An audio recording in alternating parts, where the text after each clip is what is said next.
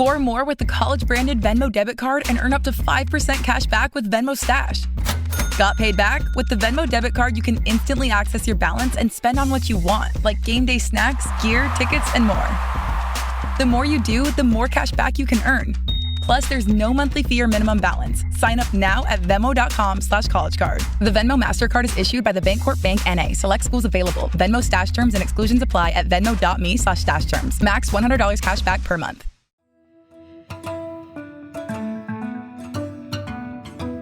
For the News and Observer, I'm Dawn Vaughan, Capitol Bureau Chief and host of Under the Dome.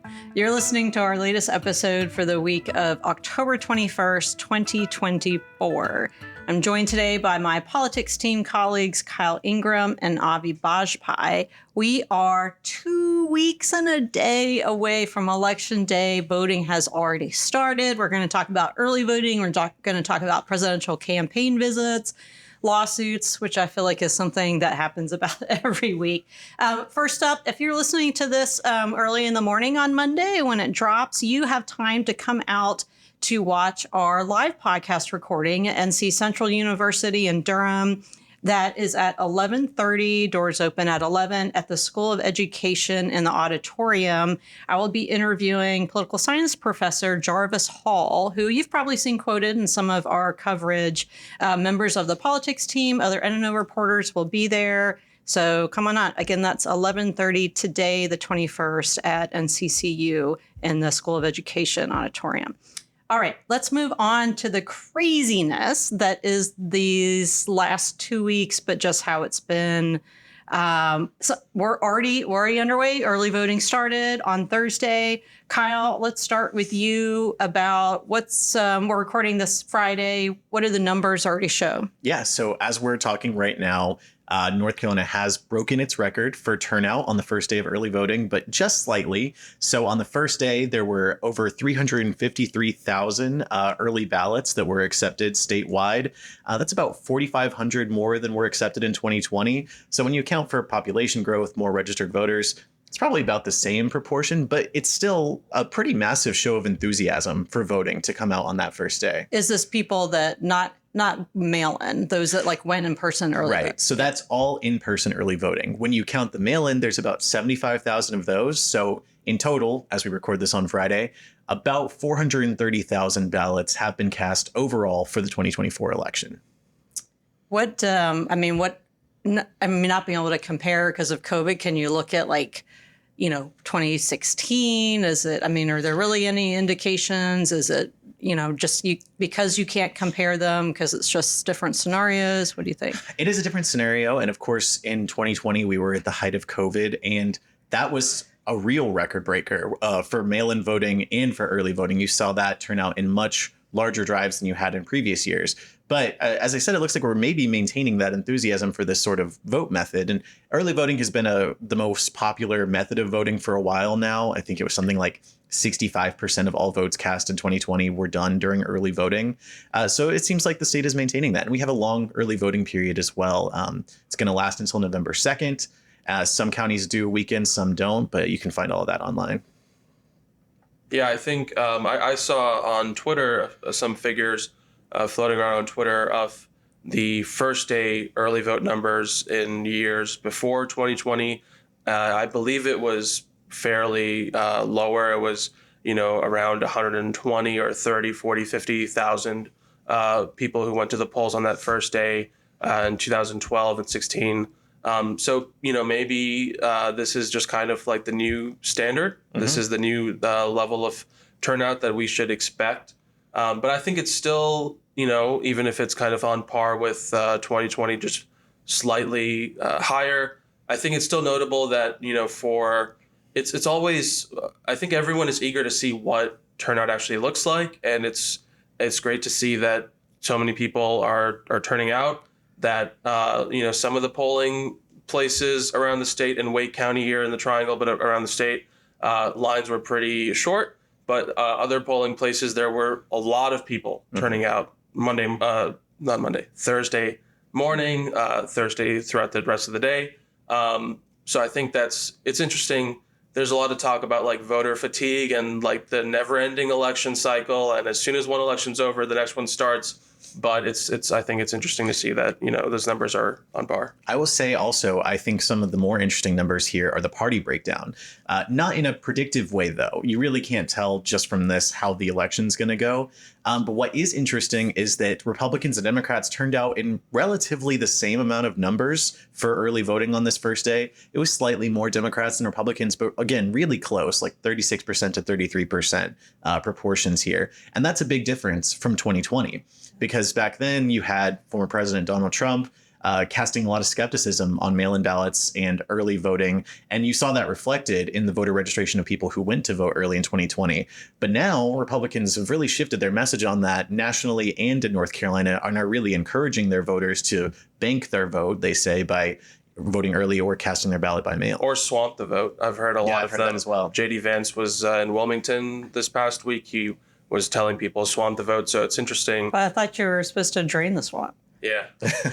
Well, maybe there's, that's swamp as a noun and swamp as a verb, maybe a little different. But it's interesting that Republicans have kind of learned a bit of a lesson from 2020 and realized, maybe it doesn't make a lot of sense to focus on just election day voting. And if it's available to their supporters, they want people to vote however they can, just get it done and go. Well, there's also weather is a factor. If it's raining, some people don't vote on election day. And I guess it'll change like for us and anyone watching the, initial returns on election night. Usually when the early voting numbers come in, you think that's an indicator, but not entirely, because it usually was more Democrats that would early vote. But Kyle, you're saying now like it's really a little more even, but a little lean Democrat. Yeah, and again, this could shift as early voting period continues. We're just looking at the first day results. Yeah. But even then, if we were to assume that, around the same amount of Republicans and Democrats are early voting, that's just their party registration. It doesn't mean they're actually going to vote Republican or Democrat all the way through their ballot. And the other party designation we haven't mentioned is unaffiliated. The largest share of voters in North Carolina are actually unaffiliated, and they also turned out for early voting. They were the third most share, but still they're out there as well, and we don't know necessarily how they're going to vote. That's interesting. I wonder if some of this is, you're so excited for your candidate and you just want to get out there, or if you're so excited for the election to be over. And someone I ran into one of the businesses downtown said that he was ready to early vote. And he's like, it'd be great if after you early vote, the candidate stopped sending you stuff and mailing, but it doesn't work that way. Why don't we talk about if you've early voted on the first day, you're set. There's plenty of down ballot. You guys can look at our voter guide. We spent so much time on this and still have a few more to get out there of all these candidate questionnaires, because we sent out more than 100. So it takes a while to get all those posted, but they're, probably 99% out there will be by the time you're listening to this. But I guess if the candidates are still coming, and I think we can move on to talk about what that's like behind the scenes. I had covered Tim Walz and Bill Clinton, and Durham was in the pool for that on Thursday. Avi, you covered Kamala Harris a week ago Sunday. I think we've both covered Donald Trump recently. Kyle will be out at the Trump rally on Monday, which is the day that you all are listening to this. So, Avi, what do you think people don't see at these rallies that we see? The thing that really kind of is striking to me is that for both candidates, both parties, when you go to these large venues, people are lining up hours before the candidates come. If you go to a Trump rally, you'll see Trump supporters lining up, gathering. I went to the Wilmington rally in September, I want to say, and people are gathering, early in the day, showing up in large numbers and waiting in long lines, and people are selling Trump shirts and merchandise and souvenirs and all kinds of stuff. It's more of an event. It's an event. Trump rally. It's a all day event.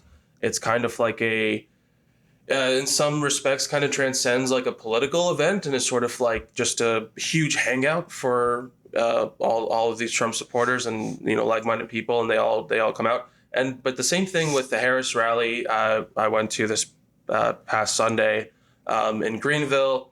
Vice President Harris arrived, took the stage around, later in the afternoon.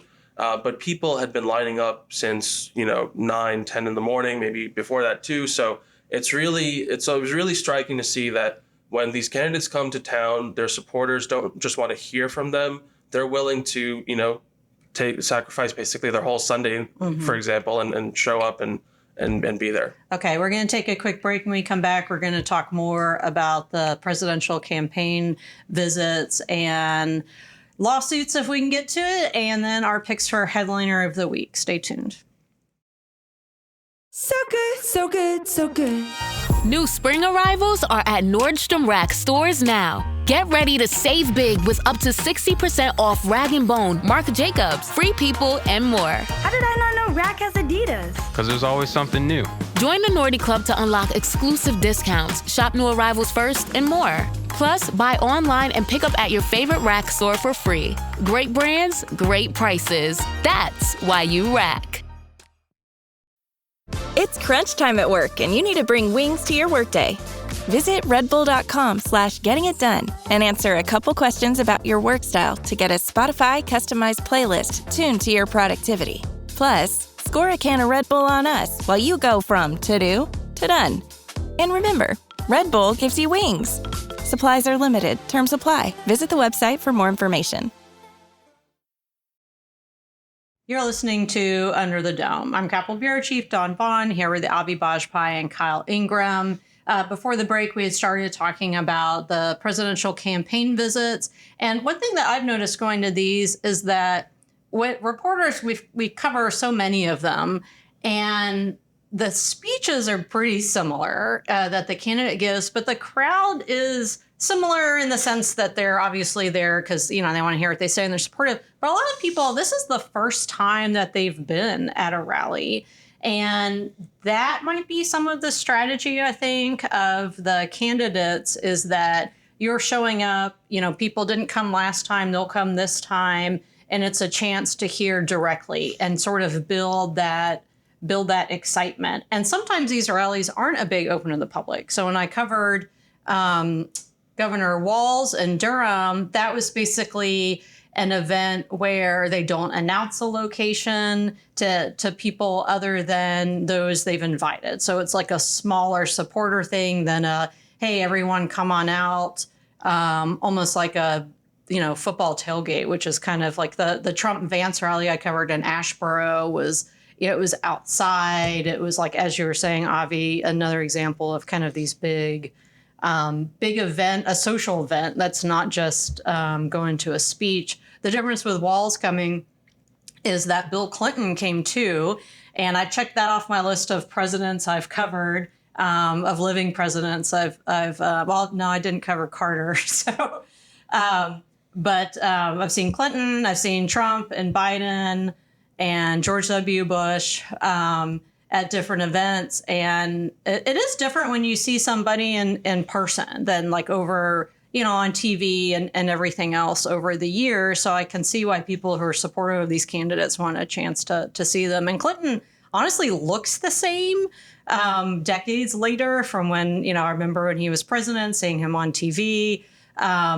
And he sounded a little, you can tell his age is advanced. He actually made a joke about how old he was, and that he's 2 months younger than Donald Trump, since Trump obviously is elderly too.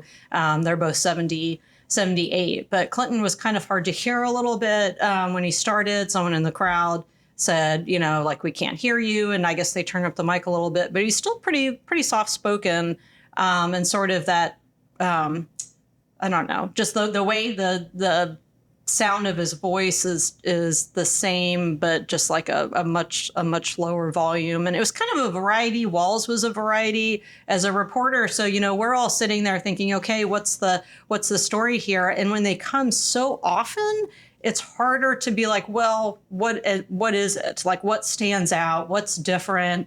Are they attacking their opponent differently? Are they making some sort of policy pitch differently? Are they saying something that we need to fact check or not? What are they doing?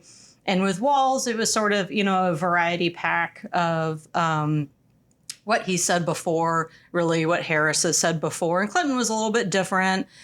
He talked about how he's known Trump a long time, said he's, that he's changed, become, I believe the quote was, kind of a conspiracy theorist now. So that was kind of an interesting perspective, I thought, to have Clinton there as opposed to Walz. Excuse me. I was in the pool, which is a little bit different. If you all see a bunch of reporters all of a sudden kind of jogging along, it's not like the most fun thing, but that's how it is with pool, where they're moving you from location to location, and essentially you hustle, but you ride in the motorcade in the in press vans with local pool and traveling pool, who are the ones that fly in with the candidate.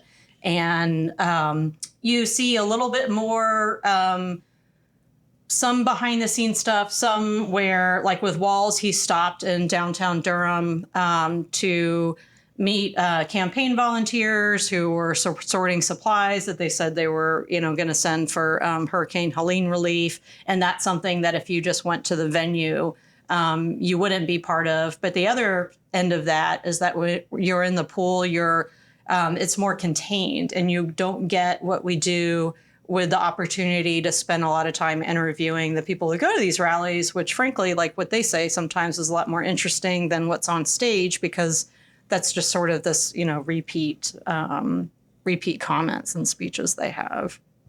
I don't know if either of you, like, what else, like, do people not really see or about these things? Kyle, you went to Vance, I believe, right? One of the things that you actually did see on TV when Trump had that town hall recently, but that we see often these campaign events, is people pass out often at these sorts of things, which you maybe wouldn't expect. But these are long all-day events, like Avi was talking about. It takes all day. Sometimes you're outside in the heat. Yeah. A lot of the people that are more interested in politics are older people. And so you wouldn't expect it. But a lot of times people are passing out, and it's kind of shocking a little bit, but they always make the effort to get somebody in and get the paramedics in and everything, but that's something I wasn't expecting. Well, Trump holds his stuff outside, and it's usually hard to get. I mean, not always, but a lot of it. And it was the one in Asheboro was hot, and people left. They left because they were hot. They probably left because there was only one food truck and not a lot of options to eat, and that there was like one place to get water and there wasn't enough of that. So there were a lot of things, and people are just done. If your speech goes on too long or it doesn't keep people interested, and they've already had a long day, like they're going to bail. So I think that's something that has happened a lot at Trump things, but everybody leaves, there's always the people that leave because to beat the traffic at anything, I think, too. Before we get to our headliner, let's move on to lawsuits. Kyle, you covered two different lawsuits this week. What should people know? So Mark Robinson is delivering on his promise. He said he was going to sue CNN because of their report on his online comments that they linked him to with different racist, sexually graphic comments on an online pornography forum. He's suing them for $50 million for defamation. And there's... Can you pick the amount? I thought there was something about that. There's actually, so that's what the lawsuit says he's claiming, but then there is apparently a distinction in North Carolina law where you aren't supposed to state the amount. So we'll see where that ends up. The lawsuit itself doesn't really include a lot of details on the alleged reasons that he's saying that this report was false. We'll see if this actually makes it to trial. It could take a while for this to get through a discovery process, if it even gets to that. The other lawsuit, I went to Wilmington to see a hearing on yesterday. It deals with these 225,000 voter registrations on the North Carolina rolls. The Republican National Committee and the North Carolina Republican Party sued the State Board of Elections to try and get rid of those, because they're saying that those people signed up on this voter registration form that didn't make it clear that certain identifying documents were required to be a voter. They haven't actually shown that any ineligible voters were registered as a result of that, but they say that they need to go through a discovery process to figure that out.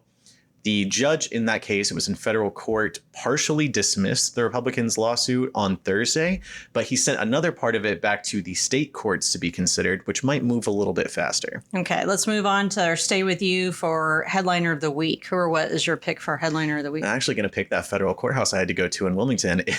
It's right on the water, and it's really beautiful. It's got these marble floors and then these like really bright green walls. I think it was limestone, but it was very nice. Sounds cool. Avi, what's your headliner? Federal buildings are always great. I'm going to go give a shout out to one of our photographers, photojournalist Robert Willett, who I covered the Harris rally with this past Sunday. Just want to shout him out because our photographers, photojournalists, really are all over the state. He was. Along with the rest of the photo team, he was in the mountains for several days, covering Hurricane Helene aftermath. Then he was rushing back to cover football and basketball games. And then we had I don't even want to count how many hours it was on Sunday for the Harris rally, but it was a long day. Yeah. So I just want to shout out, these colleagues of ours who we work with so closely. I'll add Caitlin McKeon to that, who covered Walls and Clinton with me. It's a lot of hurry up and wait. There's 2 hours sitting at the airport when there's delays waiting, and then all of a sudden a lot of rushing and just being able to deal with that. It's really long days when we cover that. So that we're thankful for the photogs who cover all range of stuff. My headliner is the North Carolina State Fair, which is here in Raleigh for another week. As we talk on Friday, I plan to go maybe Sunday, maybe a less crazy weekday evening. We'll see. But it's been an annual tradition for me and my family. Still miss the Rabbit Barn. It'd be great if they brought that back. So just gotta mention the Rabbit Barn loss. There are a few rabbits at Field of Dreams, but it's not the same. So I'm looking forward to seeing the animals and other stuff. So. All right, we are out of time for the News Observer. I'm Dawn Vaughan, here with Avi Bajpai and Kyle Ingram, producer Laura Brache. Thanks for listening, and we'll talk to you next time. For more from our politics team, subscribe to the News and Observer at newsobserver.com/subscribe. Follow us on Twitter at Under the Dome and NC Insider, and sign up for our weekly political newsletter, also called Under the Dome, at newsobserver.com/newsletters. Thanks for listening.